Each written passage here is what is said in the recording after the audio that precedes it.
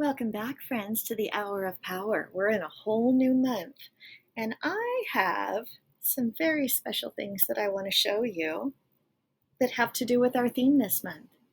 Take a look. First of all, I'm going to show you this one. Look at this. Do you recognize what this is? This is a dragon. Isn't it beautiful? So somebody was playing a little too roughly with my dragon, and his legs are broken, so he doesn't stand up. But I have this dragon.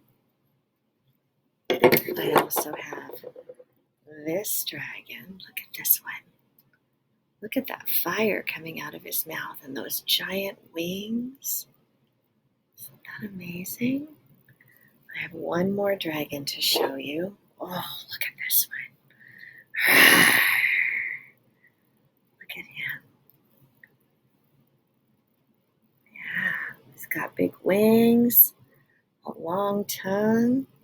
Dragons aren't real, are they? They're only in made-up stories, and especially in the kind of stories we're going to be talking about. Another thing that you might find in these stories are knights or princes or kings or queens and princesses. Look at this one.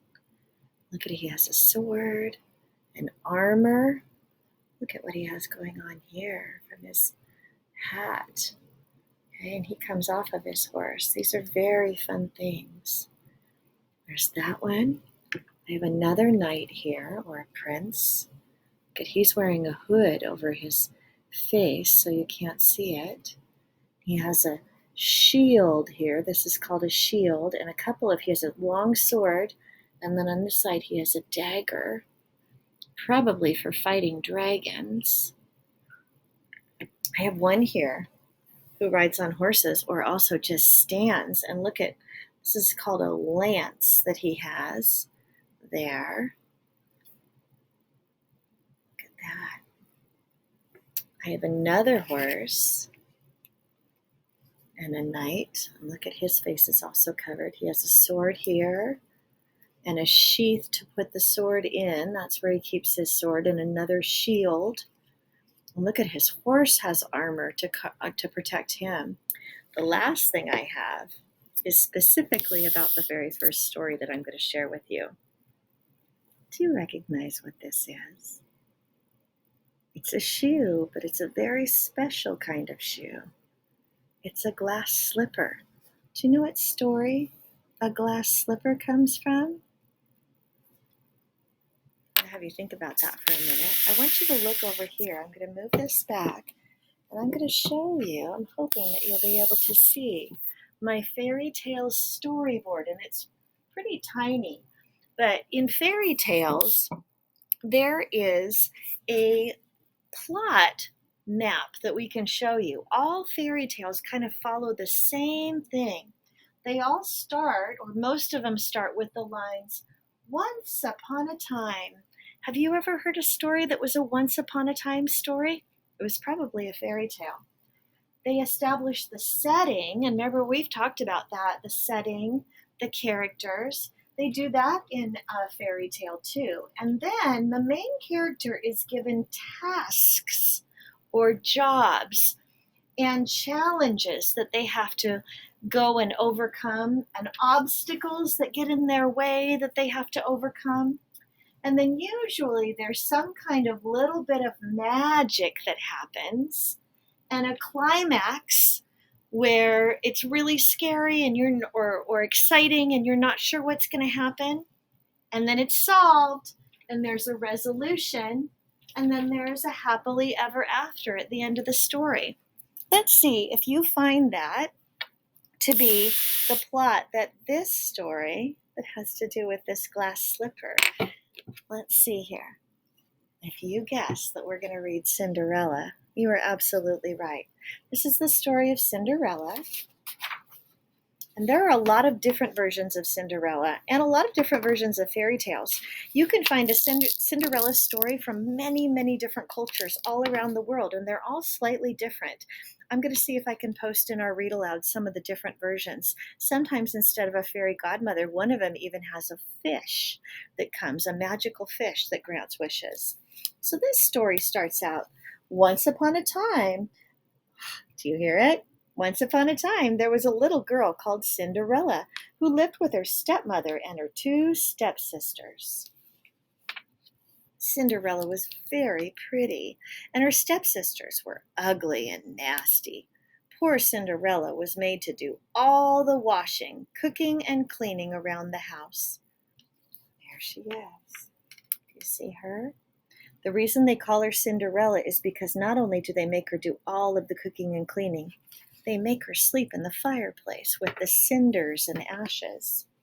One day, an invitation arrived from the palace for a grand ball, and the ugly stepsisters were very excited. Cinderella asked her stepsisters if she could go. "You cannot go. Look at your old clothes," they laughed. Poor Cinderella ran away in tears. There you go. So there she is with her stepsisters. And there she is. We saw that picture early of her cleaning. So think of where we are in this story map. We know the setting. She lives with a stepmother, an evil stepmother, and two ugly and mean stepsisters. Those are the characters. Her tasks so far, lots of cleaning and cooking, and wanting to go to a ball and not having the clothes or being able to do that. So that's where we are. On the night of the ball, after her ugly stepsisters had gone, Cinderella sat beside the fire feeling very sad. Suddenly, a beautiful fairy appeared beside her. A little bit of magic. That's what happens up here. "I am your fairy godmother. You shall go to the ball," she said. Cinderella was so happy. Okay, here she is feeling so sad over here by the fire. And then look at her fairy godmother appears. The fairy godmother asked Cinderella to bring her a big pumpkin, two small mice, and a lizard.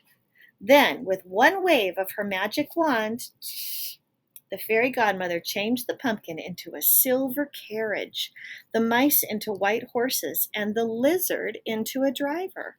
"Now we must find you something to wear," said the fairy godmother, and she waved her wand again. Cinderella was now wearing the most beautiful dress she had ever seen. So look at, we have the pumpkin and the mice and the lizard, and look at what they become. So on this page, they become the carriage that she's going to ride in and the two horses, and the lizard becomes the driver. And look at, then she changes Cinderella's clothes into beautiful gown.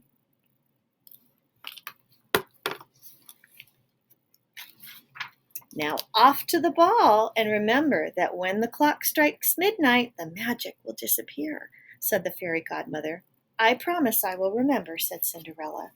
And off she goes.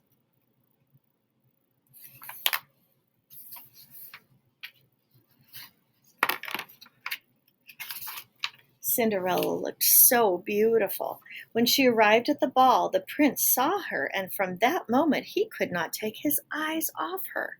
He asked her to dance, and they danced all night long. Everyone wanted to know who she was, and even her two ugly stepsisters did not know. Suddenly, the clock struck midnight. Cinderella remembered the fairy godmother's words.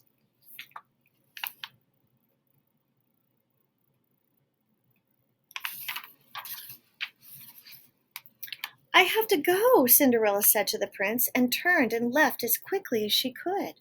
As she ran down the stairs, she lost one of her glass slippers. Her beautiful dress had changed back into her old clothes, and the carriage was a pumpkin once more.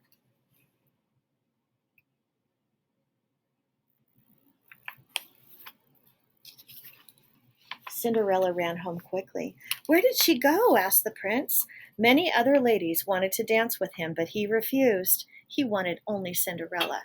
The next day, the two ugly stepsisters were very angry because the prince had not danced with them. They shouted at Cinderella and ordered her to do her work.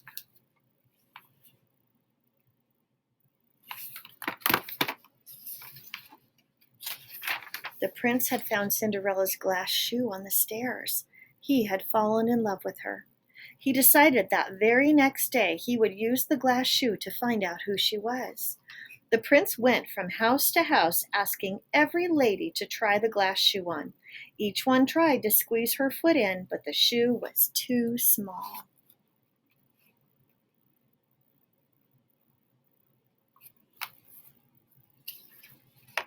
At last, the prince came to Cinderella's house. Her two ugly stepsisters grabbed the glass shoe and tried it on. Their feet were too big. Just then, Cinderella came in from the kitchen and asked, "Can I please try the shoe on?" "You," laughed her ugly stepsisters. "You were not at the ball, so go back to the kitchen where you belong." "Let her try," said the prince. Oh, look at the looks on their faces.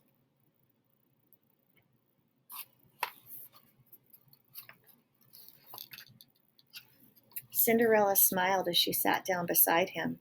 The shoe fit perfectly. The prince was so happy he asked Cinderella to marry him, and she said that she would. The two ugly stepsisters could not believe it.